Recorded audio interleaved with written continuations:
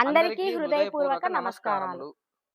ప్రభుత్వ పాఠశాలల్లో చదువుతున్నటువంటి 10వ తరగతి పిల్లల ఫలితాలను మొట్టమొదటిసారిగా ఇలా వార్తాపత్రికల్లో చూడడం మనకు చాలా గర్వకారణం.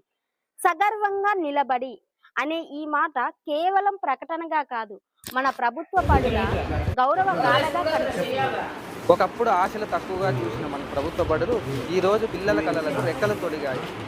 పరిశుభ్రమైన తరగతి గదులు, మరుగుదొడ్లు, త్రాగునీరు, పరిశుభ్రమైన వాతావరణం, డిజిటల్ క్లాసెస్ ఇవన్నీ ప్రభుత్వ బడుల్లో ఇప్పుడు సర్వసాధారణం అయ్యాయి. కానీ నిజంగా చెప్పాలంటే ఈ మార్పు గోడల్లో కాదు, మన పిల్లల కళ్ళల్లో కనిపిస్తుంది.